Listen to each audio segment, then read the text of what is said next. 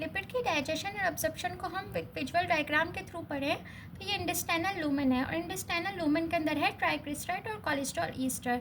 ये जो ट्राइग्लिसराइड है इनको लाइपेसेस जो है वो स्मॉलर पार्ट में ब्रेक कर देते हैं फैटी एसिड और मोनोग्लिसराइड के अंदर, और कोलेस्ट्रॉल ईस्टर को कोलेस्ट्रॉल ईस्ट्रेज जो है वो कोलेस्ट्रॉल और फैटी एसिड्स के अंदर ब्रेक कर देता है।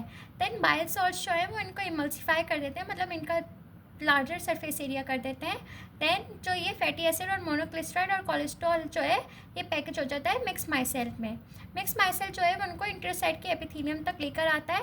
देन जो है ये फैटी एसिड और मोनोग्लिसराइड जो है इंटीरियोसाइट के अंदर एंटर हो जाते हैं। देन जब ये फैटी एसिड्स और ग्लिसरॉल जो है एंटर हो जाते हैं इंटीरियोसाइट के अंदर, देन दोबारा से ये रीस्टेरिफाई हो जाता है और ट्राइग्लिसराइड बन जाते हैं। ये हमने एनालॉजी से पढ़ा था कि हमारे पास एक बुक केस था जो बहुत बड़ा था और डोर के अक्रॉस नहीं आ सकता था, तो हमने उसको पहले पीसेस में ब्रेक कर दिया था। देन डोर के अक्रॉस आने के बाद दोबारा से रीअसेंबल कर दिया था। सेम हमने ट्राइग्लिसराइड के साथ करा, हमने पहले इनको पीसेस में ब्रेक कर दिया।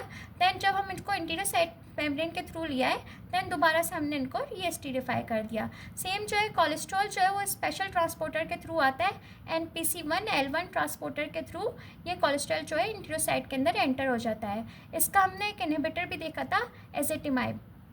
अब ये जो कोलेस्ट्रॉल जो है और ये जो ट्राइग्लिसराइड जो है ये जो है गोल्गी अपैरेटस में जाते हैं और ApoB48 जो है with the help of MTP जो है ये सब जो है पैकेज हो जाते हैं काइलोमाइक्रोन के अंदर।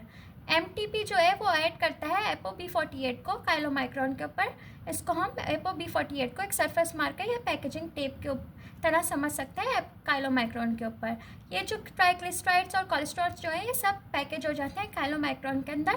देन काइलोमाइक्रोन इसको लैक्टियल में लेकर आ जाता है इन सारे पैकेज को, और देन जो लैक्टियल से ये कहाँ जा रहा था थोरेसिक डक्ट के अंदर, then into the subclavian vein. Then ये जो है ब्लड सर्कुलेशन में एंटर हो जाता है। जब काइलोमाइक्रोन जो है ब्लड सर्कुलेशन में एंटर होता है तो पहले ही होता है nascent chylomicron. Then blood circulation में एंटर होने के बाद ये दो एपोलाइपोप्रोटीन दो और गेन कर लेता है जिसको हम कहते हैं ApoE और ApoC2।